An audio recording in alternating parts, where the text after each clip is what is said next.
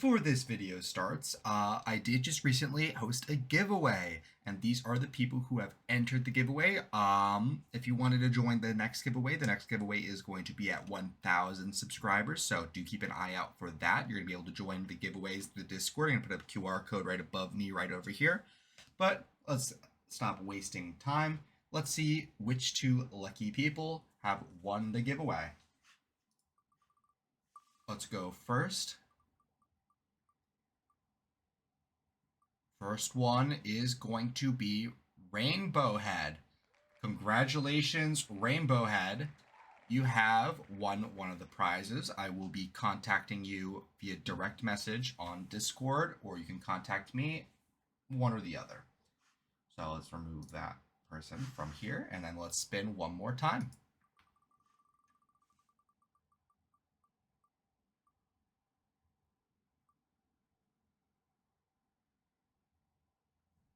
Alrighty, Senketsu, you are the second winner. I must congratulate you, and I must thank everyone who has participated in the giveaway.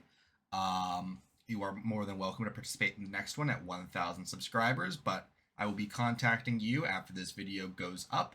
Senketsu and I already forgot the other one. Oh my god. Senketsu and Rainbow Head, I will be contacting you after this video goes live in order to discuss how we're going to be delivering those giveaway items. But that's enough stalling. Let's get into the video. About 83% of you guys are not subscribed. Subscribing, clicking that like button, and commenting all help me out a lot in doing what I really want to do. Thank you guys so much for all your support. What is going on, guys? Rogue TCG here bringing another Yu-Gi-Oh! TCG deck profile. No one asked for this, but I am bringing it regardless. Here is Buster Blader branded.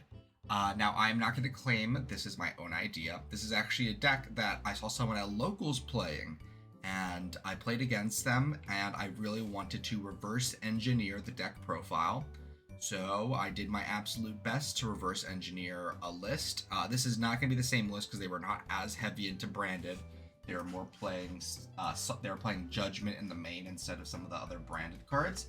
But here's the list. I'm going to tell you my thoughts about it and go card by card. Starting off, we are on a triple Buster Whelp of the Destruction Swordsman. When it's normal, you can add a Destruction Sword card from your deck to your hand, except for itself. You use one of the following effects of it once per turn, and only once that turn. You can tribute this card, special summon a Buster Blader from your hand or grave. If it's in your grave and you control Buster Blader, you can discard one Destruction Sword card and special it. Really good stuff in order to flood the field or to search the cards you want, as well as getting Buster Blader on the field is something some of the cards do need for them to be able to be used. Next, we're on one of the bad boy. We're on one Destruction. We're on one Dragon Buster Destruction Sword. You can target one Buster Blader you control, equip this monster from your hand or field to that target.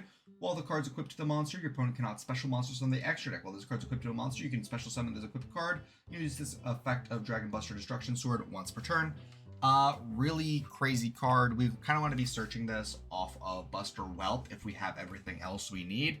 This is more of like a top end piece. However, there are ways where we can search this out via like Magnamut or something of the like, so do keep that in mind. So we are just playing the one of for that lock.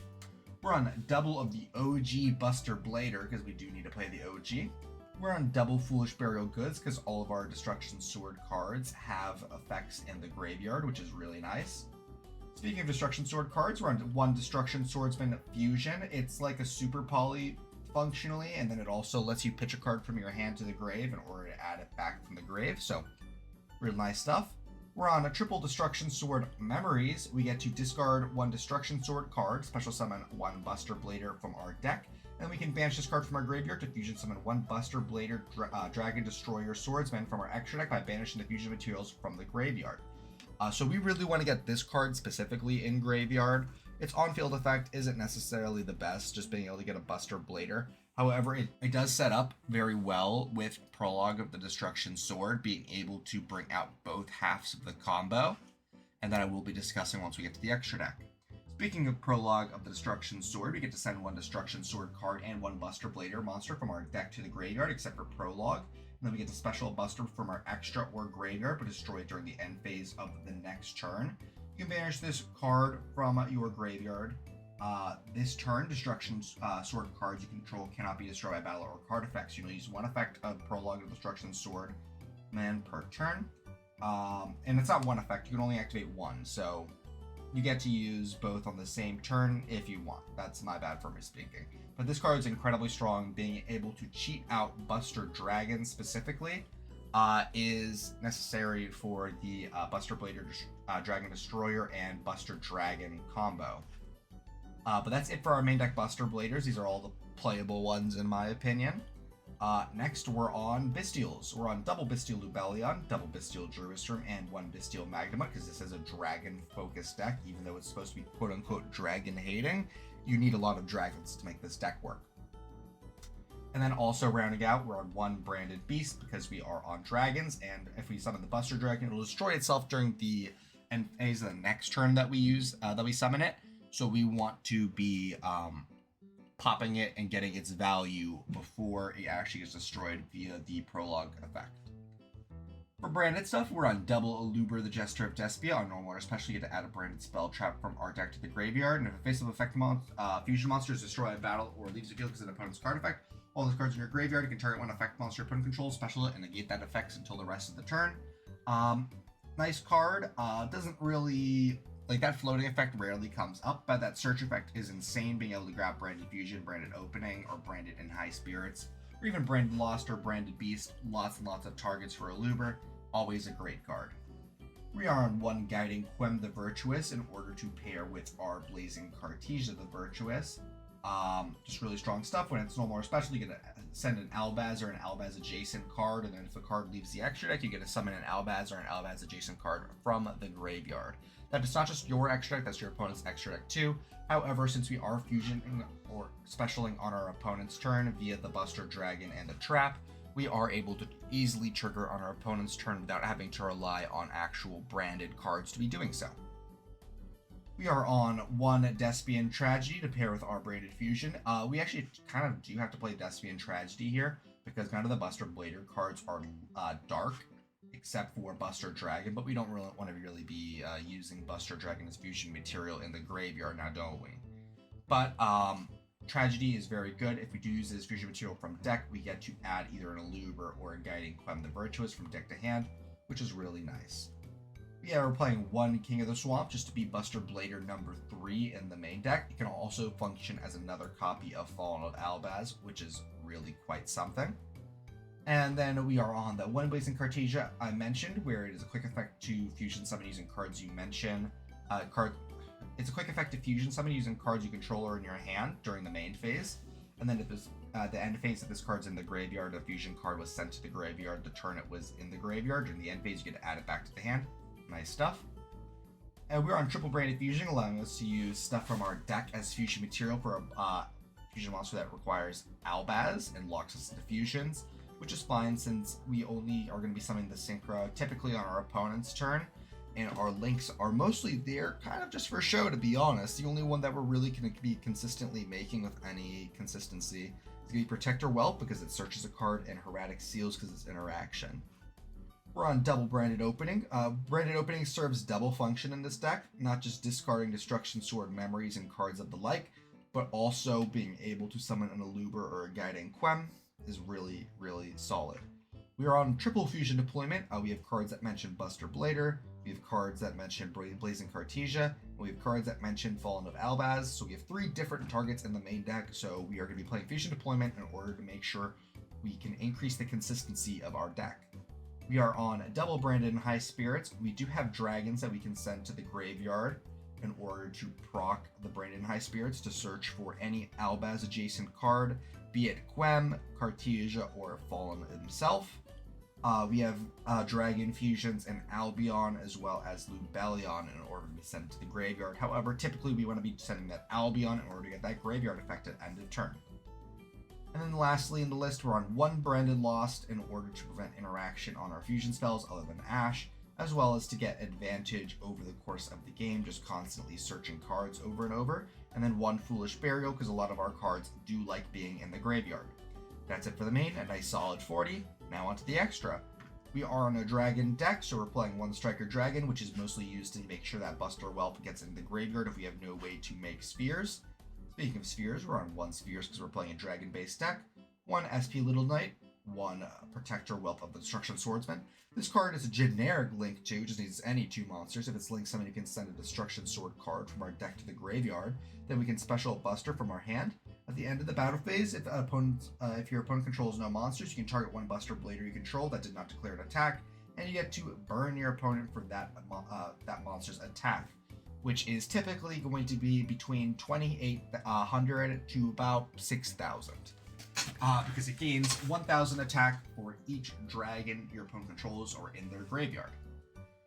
We are on 2 Buster Dragon, just so we can do it multiple times. It needs a tuner and a non-tuner, however, we're never going to be making it the right way.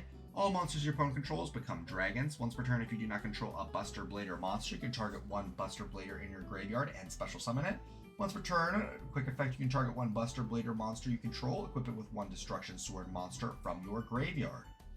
So this is the quick effect to equip the Dragon Buster Destruction Sword onto the Buster Blader Fusion.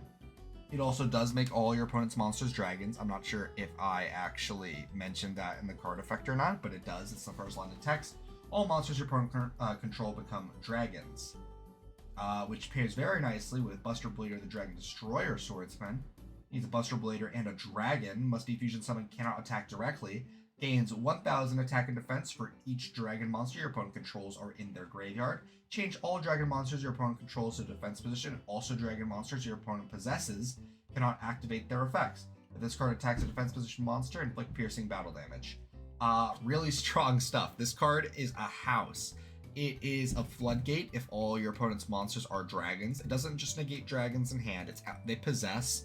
So it's from hand and graveyard as well, and banishment too, just anywhere. However, that does mean they have to be dragons in the graveyard, while Buster Dragon is not like Zombie World. It only changes the stuff on field to be dragons. So that's a little bit of one of the shortcomings of the deck, where it's not very good against non-dragon graveyard decks. Like, for example, Orcust does not really have a good matchup into that deck. But Buster Blader, the Dragon Destroyer Swordsman, is an insane card. He is an absolute house. Skill drain functionally just for your opponents at the end of the combo is really nice. For branded stuff, we're on double Loot Belly on the Searing Dragon, allowing us to shuffle back stuff from our field, graveyard, banishment, or hand in order to fusion summon an Albaz-related fusion.